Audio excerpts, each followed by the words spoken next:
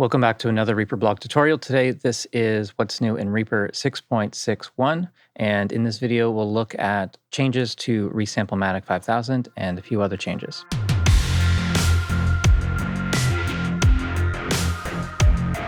And if you missed any of the previous videos in the series, there will be a link to the playlist down below. Catch up on everything that has been added to Reaper since version 5.0.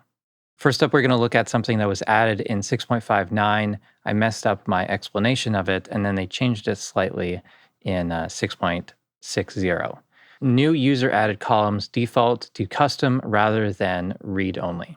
And in my previous video on what's new in 6.59, I had mentioned this, but I had confused this function with something else. If we right-click in one of the columns, we can choose Add User Column. This brings up this new metadata column window. The change in this update is rather than having this on read-only, we can set this to custom, and this is a user metadata column. The example I saw from Schwa, one of the developers, was a quality setting. So if we type in quality, and then set a description of how good is it, we can then get a new user column in here, which it's gone to the end, but I'll just reorder this to be beside the favorites list. So we got a how good is it? And so you can double click here, and then we can do bad cowbell. Let's hear it. So cowbell will say great, and then the Cubase click, pretty good. And then as usual, we can select these items, right click, and write that edited metadata into the file. Just takes a second, and not sure where that one went, but we sort this by quality, we can see it in alphabetical order. So that's the custom columns for metadata, and this is different from the custom tags function. Up next, this is another addition from the 6.60 update. For recording, add per track setting to record track output pre-effects or post-effects pre-fader. So as you may know, Reaper has different track recording modes per track. So we've got record input, which is the default for audio and MIDI, MIDI overdub, record output, we have record input, forcing a format, as well as record disable, which is only for input monitoring. What they've just added for record output is the option of the default post fader and two new functions, output mode post effects pre-fader or output mode pre-effects.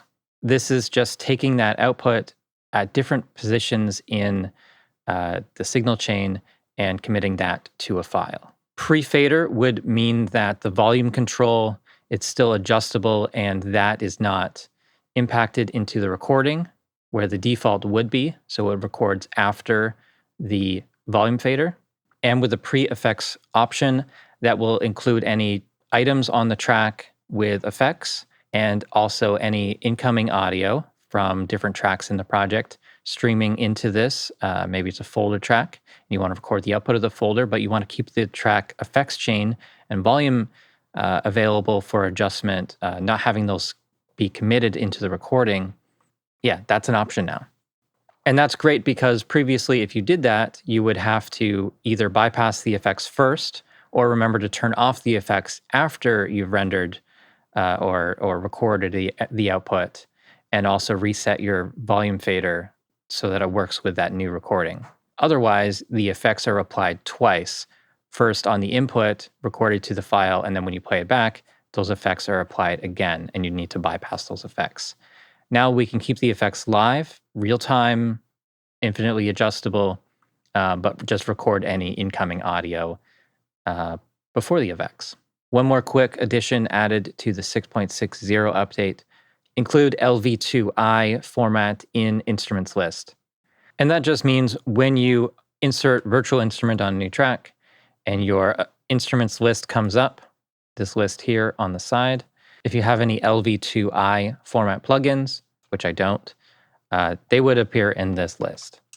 It's not really adding new support. They just had previously missed adding that format to this kind of shortcut list.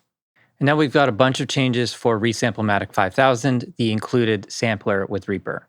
Add Media Explorer options to set a MIDI note or channel to assign when inserting media into the sampler, incrementing if inserting on a new track. Media Explorer option to assign MIDI note based on detected pitch when inserting media into sampler. When inserting into sampler and detecting pitch, assign sampler pitch start rather than note start so the sample can be played at different pitches correctly tuned.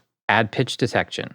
Display note names for pitch offset. If sample detected pitch is out of range or pitch start parameter, add octaves to note start parameter as needed. Support sorting sample list by detected pitch. Support typing in sample pitch.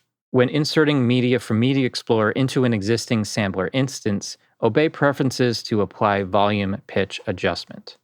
All right, so I selected a file here. This is a bass. I'm pretty sure that this is a C, and if I play this back, REAPER detects it as a C. So we can use this function, insert into sample player on a new track, and that creates a new track. That brings in the sample. Because we haven't set the option in the Media Explorer, this has imported this on the mode sample, ignores MIDI note. That makes it so the pitch is not set. And if I play this back, it's not chromatic. It's just playing over and over. And it's not playing chromatically like we would usually want. Back to the Media Explorer, and we'll come down to the options, or actually we can use the options menu here. Assign MIDI when inserting into sampler, assign detected pitch. We have 4 options here: assign detected pitch, assign MIDI note C3 and increment if new track, or assign MIDI channel and increment if new track is 1 or to 16. So we can assign a channel, or we can assign the default C3, or no pitch, note, or channel. I'll do assign detected pitch. We will reuse this. So right click, insert into sample player, reuse active sample player. And that's switched the mode to semitone shifted. And it's set the default start position for pitch to C0. You can also see here that there's a detect pitch button. So if I play this now, I'll go to middle C. That plays it much higher. I can play it lower. And I think I have to go all the way down to the bottom.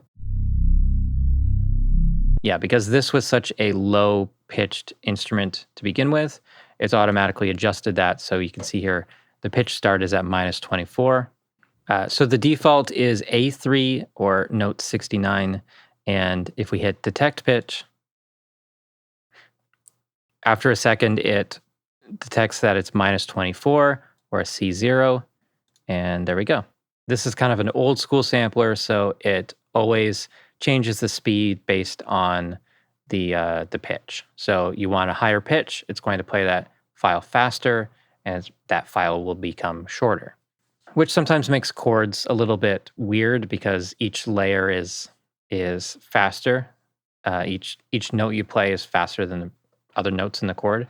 But, you know, that's kind of how these old school samplers worked. And another thing to note here with this change, notice here that I have my Media Explorer preview volume at -2.9.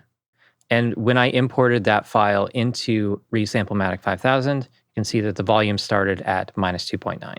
So it's nice to see that things like pitch and volume get adjusted automatically. It selects an appropriate mode. This is a really nice addition to Resamplematic 5000.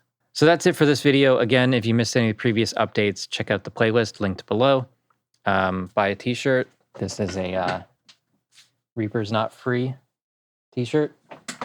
Thank you so much for watching. Please subscribe to the channel if you haven't already. Follow me on Facebook and Twitter. Support the Reaper blog through Patreon. Visit reaperblog.net for a lot more tutorials.